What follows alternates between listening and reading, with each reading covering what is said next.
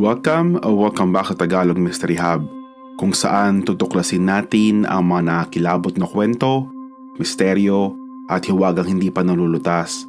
Huwag kalimutang mag-subscribe at pinutin ang notification bell para sa mas maraming pang kwentong punong-puno ng kababalaghan at misteryo.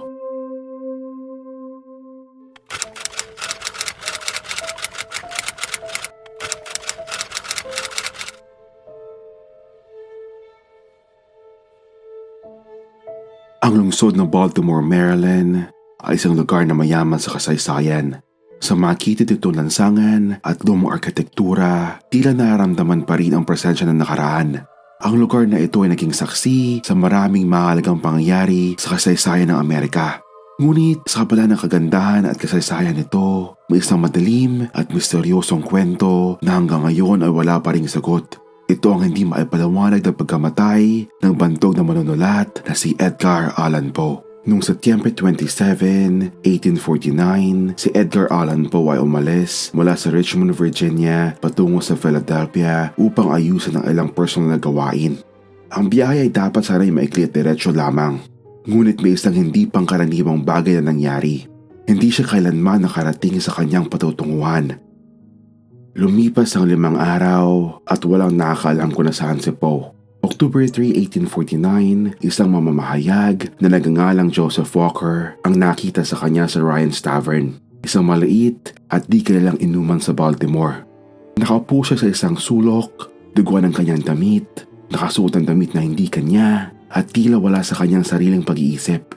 Sinubukan ni Walker siyang kausapin. Ngunit tila wala siyang kakayahang ipaliwanag ang nangyari sa kanya. Ang tanging malinaw ay nasa isang napakadelikadong kondisyon siya at kinakailangan na agarang tulong. Agad siyang dinala sa Washington College Hospital, kung saan lalong lumala ang kanyang kalagayan.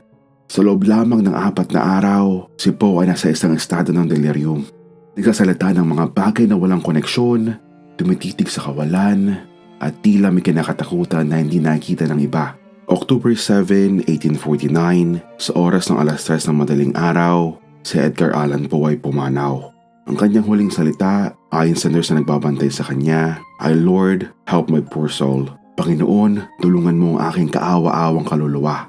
Walang nakakaalam kung ano ang eksaktong sanhi ng kanyang kamatayan. Ang kanyang mga medical record at kahit ang kanyang death certificate ay nawala, na lalong nagpalala ng misteryo ng kanyang huling mga araw. Dahil sa kawalan ng malinaw na paliwanag, maraming teoryang lumitaw tungkol sa kung ano ang maaaring naging sanhi ng kanyang kamatayan. Si Edgar Allan Poe ay kilala sa kanyang mahinang pangatawan at pagiging mahina sa alak. Sinasabi ng ilan na maaaring uminom siya ng labis na alak o droga na nagresulta sa matinding pagkalason. Ngunit ang problema sa teoryang ito ay, ayon sa kanyang mga kaibigan, matagal na siyang tumigil sa pag-inom bago pa ang pangyayari. Isa sa pinaniniwala ang teorya ay ang tinatawag na kuping, isang karaniwang pandaraya sa eleksyon noong 19 na siglo. Sa panahong iyon, ang mga kriminal na grupo ay nangunguha ng mga walang laban na biktima. Pinipilit silang uminom ng alak o droga at paulit-ulit na pinapasuot ng iba't ibang kasuotan upang bumoto ng maraming beses sa ilalim ng iba't ibang pangalan. Ang isang malaking ebidensya na sumusuporta sa teoryang ito ay ang hindi pangkaraniwang suot ni Poe nung siya'y matagpuan. Isang kupas at madaming damit na hindi kanya. Bukod dito, ang araw ng eleksyon sa Baltimore ay eksaktong tumapat sa panahong siya ay natagpuan sa Ryan's Tavern. May ilang eksperto sa medisina ang iniwala na maaaring ang sanhi ng kamatayan ni Poe ay isang matinding impeksyon gaya ng rabies o meningitis. Ayon sa kanilang pagsusuri sa kanyang mga sintomas, delirium, matinding takot, hindi pagkilala sa paligid, at biglang pagkamatay, posible itong resulta ng isang impeksyon sa utak. Si Poe ay mayroong maraming kaaway sa mundo ng panitikan. Ang kanyang mga matapang na pagsusuri sa gawa ng ibang manunulat ay nagtulot sa kanya ng maraming kalaban. May haka-haka na maaaring may isang taong may galit sa kanya ang sinaktan siya o binigyan ng lason, na siyang naging dahilan ng kanyang kamatayan. Kung paano siya namatay ay isa ng malaking misteryo. Ngunit mas lalo pang naging kakaiba ang kanyang libing. Ang kanyang katawan ay nilagay sa isang walang pangalan na libingan at kaunti lamang ang dumalo sa kanyang burol. Wala rin gaanong naging pag-aalaga sa kanyang libingan, Kaya't lumipas ang ilang dekada bago siya inilipat sa isang mas maayos na lugar sa Baltimore. Makalipas ang ilang taon, isang misteryosong tao ay nagsimulang bumisita sa kanyang libingan tuwing Enero 19, ang kanyang kaarawan. Ang lalaking ito na tinatawag na Poe Toaster ay laging nakasuot ng itim, may dalang bote ng brandy at nagiiwan ng 3 pulang rosa sa kanyang puntod. Walang nakakaalam kung sino siya at ang kanyang pagkakakilanlan ay nanatiling isang lihim.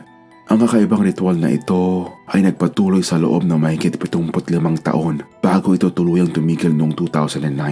Sa mahigit isang siglo, ang pagkamatay ni Edgar Allan Poe ay nananatiling isa sa pinakamisteryosong kaso sa kasaysayan ng panitikan. Isa siyang henyo sa pagsulat, isang taong nagbigay sa atin ng ilan sa pinakanakatakot at madilim na kwento sa literatura. Ngunit ang kanyang sariling kamatayan ay tila isang kwentong isinulat ng kanyang sariling panulat. Ano sa tingin mo ang tunay na nangyari kay Edgar Allan Poe? Ibahagi ang inyong opinyon sa mga komento.